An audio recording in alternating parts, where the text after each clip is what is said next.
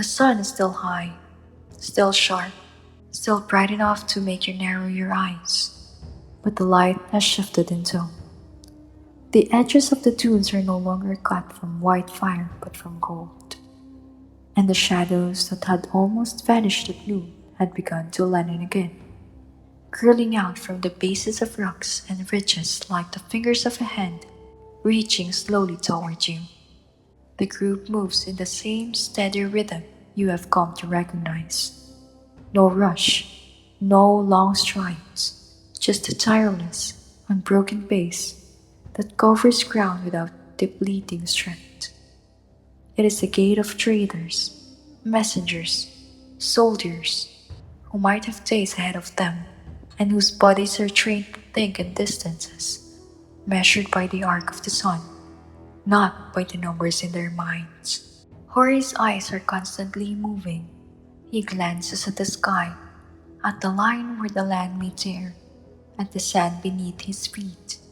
He notes the shift in the wind before you can even feel it, raising a hand to adjust the way his headcloth falls across his cheek. The west wind comes early today, he murmurs. It will help us. You realize then that he is not merely walking, he is listening to the land in a way that uses all his senses at once. The long afternoon in the Sahara is a test of patience as much as endurance. The temptation is to push harder now, that the worst heat has passed, but Hori warns against it. The desert is tired now, he says. If you move too fast, you wake it again. So the pace stays deliberate, but the eyes of the group begins to scan more actively, searching for signs of the next resting place. The outline of palms on the horizon, a darker patch of sand that might mean damp ground beneath, a faint greenish smear in the distance that could be reeds. Navigation here is not only by the sun and stars, it is by reading the smallest marks. A thread of ants marching in single file tells you where a bird's seed source lies, and if you follow them back towards their nest, you may find it closer to water than you would expect. A particular flowering shrub might bloom only where the ground is fed by an underground trickle. Even the flight of birds can be read like scripts. A certain slow, spiraling descent means they are returning to roost near water. A quick darting pattern might signal the presence of insects that thrive in damp soil. Hori tells a story of a caravan that spotted a vulture circling low over a hollow, thinking it had found carrion. They investigated and found instead a goat half buried in sand, alive, weak, but still breathing. Digging nearby, they uncovered moist soil, and by scooping into it with their hands, they found enough water to drink, stained through a cloth. The desert hides its kindness, Ori says. You must learn to see the shape of it, even when it tries to disguise itself as someone else. The light begins to soften further. The dunes ahead no longer glare, they glow. You begin to notice that your own shadow is lengthening towards the east, a quiet reminder that the day is leaning toward evening. The heat on your skin feels less like a hammer, more like a blanket. You can breathe more deeply now without feeling the air steal the moisture from your mouth. And then, almost imperceptibly at first, you notice the smell. It is not strong. It does not announce itself like the fragrance of flowers or the tinge of the sea. It is a thread of greenness, a faint, living scent in the air that is otherwise all dust and dryness. Hori smells it too. Balm, he says, his face turning towards the west, not far. You cannot see anything yet, but he begins to adjust the group's directions as though the palms themselves have called to him. As you walk, The scent strengthens, joined by a new sound, so faint you think you've imagined it at first. It's not the rush of a river or the splash of waves, but the soft, irregular note of water moving under cover. A trickle, a sea, the kind of sound you only hear when you are very still or when the rest of the world has gone quiet. Here, it carries across the sand like a promise. And then you see them, the tops of palms, swaying just slightly in the evening breeze, their fronts dark against the lowering sun. The group's pace does not quicken. Discipline holds even now, but there's a subtle shift, a straightening of spines, a new steadiness in the eyes. This is not just water, it is shade, it is coolness, it is the soft ground where you can rest without the sand shifting under you. When you arrive, the oasis is smaller than you expected. Not the broad pools of storybooks, but a cluster of green krailing, a narrow strip of water, no wider than 2 arms' length. It lies in a shallow depression, hidden from the wind by the palms and a few large stones. The ground here is damp and dark, and the air is different, heavier, sweeter, carrying the scent of growing things. Without needing instruction, the group begins in the work of making this place their shelter for the night.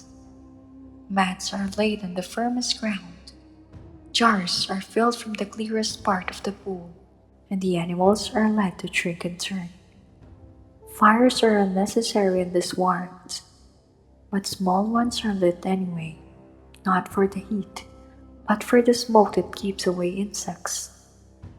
You crouch by the water and dip your fingers in it. It is cool, not cold, but so much cooler than the air that your skin tingles. You cup some to your mouth and drink it. The taste faintly earthy but clean. Around you, the sound of the camp settling and mingle with the quiet music of the water. The palms rustle overhead like an answer to the wind's earlier whisper. Hori sits nearby, unwinding his headcloth so the breeze can touch his skin. He speaks softly, almost to himself. The oasis is the desert's breath. It is not always where you think it will be, and it is never the same twice. He gestures towards the water, then to the fading sky. You do not ask the desert for more than this. You take what is given, and you give thanks. As the sun slides below the horizon, the air cools in a way that feels almost miraculous after the day's heat. Shadows stretch long and merge together until the whole camp is wrapped in twilight. The sky deepens to violet, then to indigo, and the first stars appear, not timid, but bright, as if they have been waiting all day for this moment. The group lies down on their mats, some under the palms, others out in the open to watch the constellations wheel slowly overhead. The sand is cool beneath you now, the air soft against your face. You can hear the oasis even with your eyes closed. The water, the leaves, a low murmur of voices. In this pocket of green and shadow, the Sahara's vastness feels far away.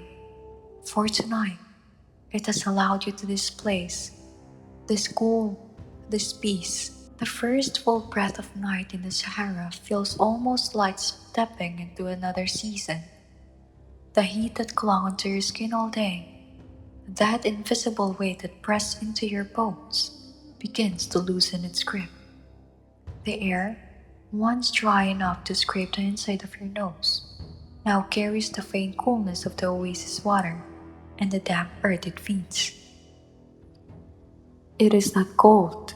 The desert rarely offers cold so early in the evening, but the shift is profound, like the moment after a fever breaks, when every inhale feels cleaner, steadier, more your own. Hori moves differently now. His pace, which during the day was deliberate and restrained, has lengthened into an easy stride as he circles the clan. He stops at each small fire, checking that it is fed with palm fronds rather than woods, so the smoke rises light and the fragrant instead of heavy.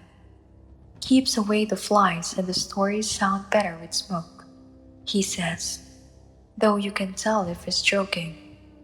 The group has fanned out into small circles, each gathered on mats woven so tightly they barely give under the weight of the seated body. In one, a young man sharpens a short knife by the firelight, the rasp of stone on metal steady as breathing. In another, two women pick up dried seeds from a pouch and crack them open between their teeth, dropping the husk into a shallow bowl. The sound is small but comforting, like the soft ticking of a clock. The oasis changes at night. By day, its water had been still, its palms motionless in the heat. But now, the surface ripples faintly, stirred by the breath of wind that moves like a cat, quietly, unpredictably, touching one leaf and not another. Somewhere beyond the ring of a light, a bird gives a short, low call. It is answered, faintly, from much farther away. The sound carries in the dry air as though it belongs to the sky rather than the land. You stretch your legs and feel the cool of the ground seeping slowly into you, like ink into the cloth. Hori notices and smiles faintly. This is when the desert gives back what it took, he says. The heat sinks into the ground all day, and at night it rises, but slower, softer. If you lie still, you can feel the change from your heels to your head, he demonstrates, lowering himself onto his mat, arms folded behind his head. And for a moment you see him not as a guide, but as someone who belongs to this place, whose body is tuned to it the way a string is tuned to a note. The Egyptians, he tells you, had a way of coaxing more coolness from the night. They would wet lengths of linen and hang them at the mouth of their sleeping tents, letting the evening breeze pass through the damp cloth before it touched their skin. They would place shallow bowls of water on raised beds so that the air moved across the surface. It carried away some of the day's heat. And in the certain seasons, they would sleep directly on the roofs of their mud brick homes, where the night air flowed freely and the walls below still released the stored cool of winter. Here at the oasis, the same principles are adapted to the open desert. Small jars of water are placed in the breeze's path, and mats are shifted so they catch the faintest draft coming off the palms. The fires are allowed to burn low, not for light or warmth, but so that they do not radiate heat back into the sleeping circles. You find yourself watching the stars. They are any unlike you've seen elsewhere, sharper, somehow, as though the desert has polished them. The constellation the Egyptians knew are above you now. Their stories drifting through your mind. Orion the Hunter, called Sa, protector of the Paroa and the afterlife. Sopdet, the bright star that heralded the flooding of the Nile. The imperishable stars, which never set, symbols of eternity and the unending sky.